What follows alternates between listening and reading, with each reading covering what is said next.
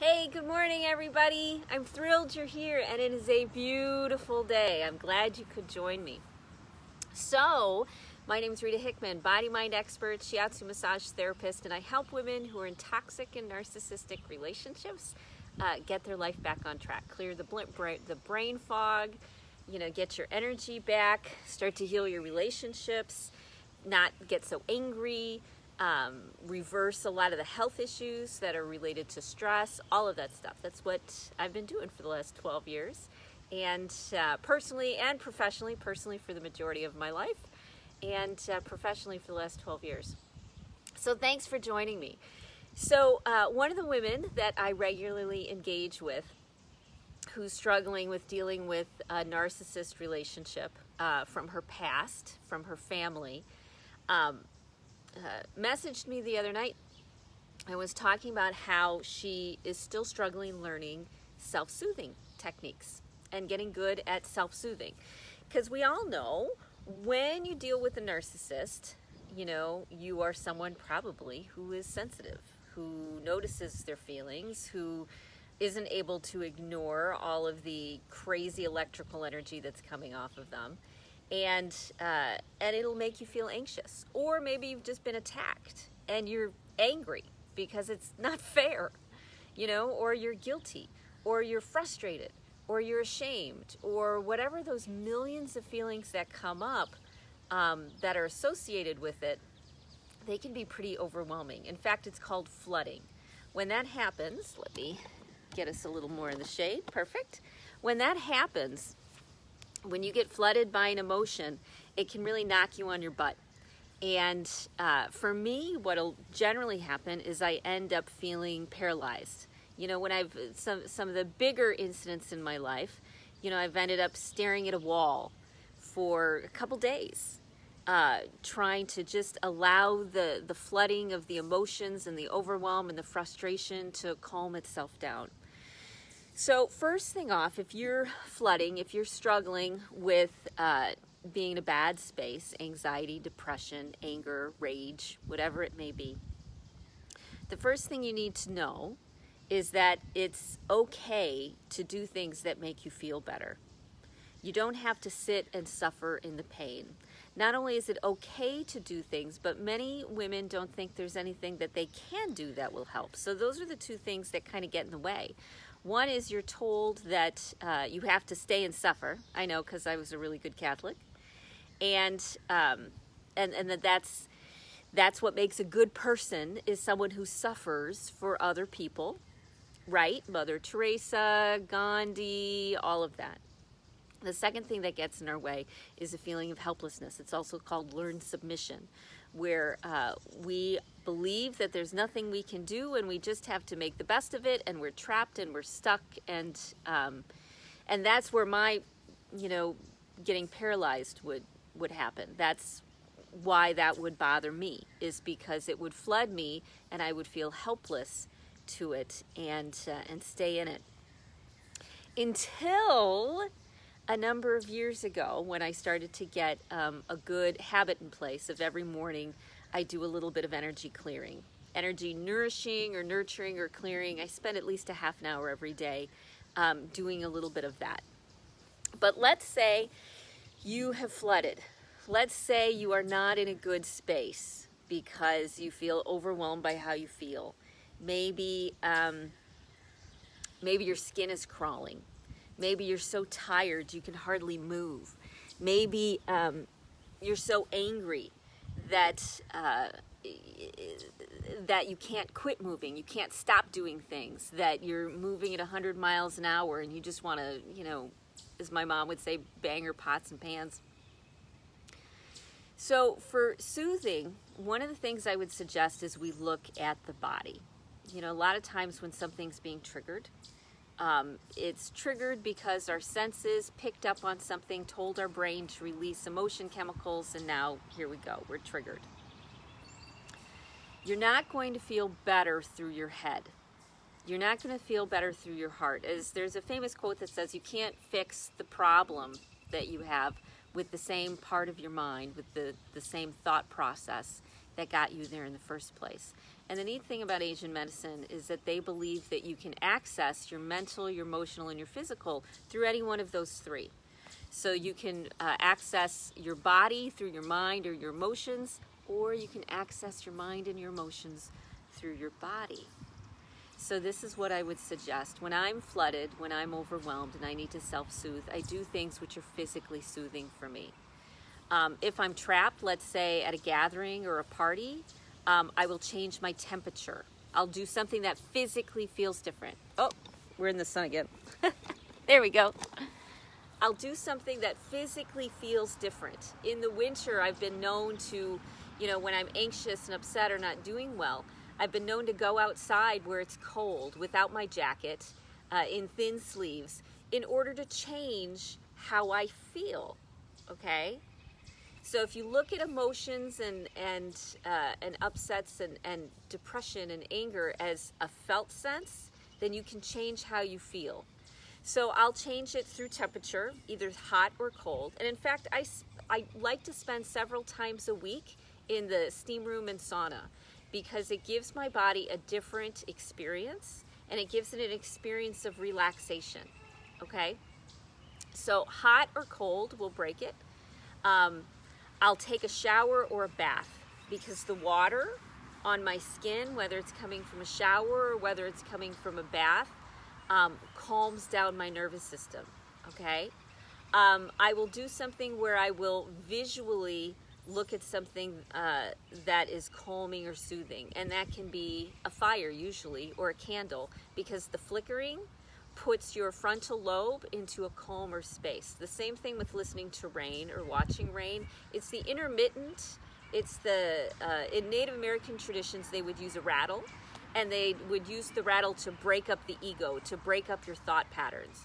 So something that's random like that, like a rattle, like a fire, watching a candle flame, taking a shower, listening to the rain, anything that's intermittent like that will put you into a better space. Now, another thing that fits along with this whole thing is long distance driving or anything that's repetitive, cleaning, washing the floors, doing laundry. That repetition, once again, takes your frontal lobe and it moves it out of the way because the frontal lobe gets a little bit bored and so it checks out, and that allows you to start accessing past that anger, past that emotional block that you have. Let's move it again. There we go, perfect. Helps you move past that emotional block in a physical way. I then also look at other sounds. If I need to self-soothe and I'm trapped, I keep various things around. And one of them is the Paul Simon radio station on Pandora, because it's music that is soothing and warming, and it will get my mind out of its fixed path. Because what will happen is we'll be thinking obsessively about the same 3 or 4 things. And thinking obsessively about those 3 or 4 things, we need to break our thought pattern. And listening to something else, having different information come in, especially if you have headphones on, then it starts to change the direction your thoughts go, which is really, really important. Now, one of my favorite self-soothing tools is when I'm in an obsessive place and my mind keeps going around in those same 4 or 5 points of view. It means you're in fight or flight when that happens. When you do that, you can use that obsessive mind state to your benefit. If you're going to obsess about things that you want. Obsess about things that will make your life better. Obsess about things that make you feel good. If you're going to think about 3 or 4 things, think the word love or peace or unicorns or puppies. I have a client of mine, loves puppies. Whenever she needs a boost, she thinks about puppies. Let yourself obsess about the things that make you happy. Let yourself obsess about the things that will move you into a positive direction. So if you're going to be obsessing, then I will obsess about, let's say I'll mantra peace or love. In my head, I'll say peace, peace, peace, peace, peace, peace, peace, peace, or love, love, love, love, love, love, love, or I'll trade it up. I'll do all those things. So when you're in that space of obsessive thinking, because you've been triggered and you're not doing well, choose to obsess about something different. And yes, the negativity, the anger, the frustration, the guilt, the fear, the anxiety, all of that will pop in, and you just bring yourself back to love, love, love, love, love, peace, peace, peace, peace, peace. Because that too will start to sink in, because you're thinking different thoughts. They don't have to be grand, elaborate thoughts. They don't have to be world-changing thoughts. But love and peace really are the technology, the thing, the key that turns around your thinking and how you feel, and also lets your body heal itself. So focusing and monitoring words when you're in that mindset that are helpful and positive is a really great way to go about it. So if you need help self-soothing, the rule of thumb is look for something that's physical. Look for something that changes your physical reality. I'll move to the couch. I'll sleep there instead of my bed sometimes, or the guest bedroom, or I'll move to the floor. Or, as I said, I'll take my shower or my bath, or I'll get my essential oils out. They used to use smudging. Smudging is when you take herbs or plants and you burn them for a specific effect. And it's pretty well known that many Native Americans use sage and sweetgrass. The origin of this smudging was cultures would take whatever herbs that they had, and part of why they would burn it was because of the smell. The smell would trigger in people different thoughts and different feelings. So sage was known to clear negative energy, and the reason the smell cleared negative energy because it was pungent and sharp, and it would make you present, and you'd let the negative energy go. They used sweetgrass because sweetgrass would pull in good thoughts because of the sweet smell. So they would use any sort of herbs or plants that they had, and they would burn them because the smell was effective on a psychological and an emotional level. So you can bring out your essential oils. You can bring out the things that smell different and remind you of different thoughts or ideas or places in your mind. Now, my last favorite tool is being proactive. Because if you're going to be in a relationship with a narcissist, or if you're going to be in a relationship with anybody at all, you're going to have these times where it's very difficult for you. It's emotionally hard inside of yourself. And so knowing these things are going to happen, but as you get healthier, they happen less and less and less and less. That's the exciting thing. And they take less time to get through. They take less time to go from A to B. So if you're proactive and you set things up knowing you're going to be in a challenging space at some point in time, you will be much better prepared. It's so much easier to break out of that mindset. So I keep things around, which I know will pull me out. Music, scents, sound. I'll keep things nearby so that I don't have to go get a glass of water. So I don't have to find my shoes before I go for a walk. Do you know what I mean? I prepare knowing there are going to be some times that I'm going to need to feel better, and these are the things that make me feel better. And so I will proactively put them into place so that they're easy to grab, easy to do, so that I don't have to stay in my suffering. Sometimes it feels so much easier because the depression or the anger or the insecurity or the guilt or the shame, it's so heavy and it's so controlling of how we feel physically. And it almost feels impossible to get up and do something else, which is why you have to know you're going to have those times where you feel that way, and put things nearby. Put things nearby which will pull you out. And you can practice. Part of what you can practice is when I do all that morning work, when I do that half hour of energy work a day, it tells me the things that pull me out. I get to practice coming out of that energy. I get to practice noticing when I'm done and doing something different. So when you have a regular habit in place, like energy work, like doing self-care, then it's much easier to do when you don't feel like it. It's much easier to get yourself out of the suffering because you don't have to look far for the thing that will make you feel good, that will make you feel better, okay? So if you walk away, I want you to walk away with two things. One, You do not have to continue to suffer. It does not make you a good person. It is not going to get you into heaven. It's not going to make you more friends. It's not going to make you more successful. None of it. You won't even gain karma points. When you suffer, you are not your best self. So you don't have to suffer. The second thing I want you to walk away with is that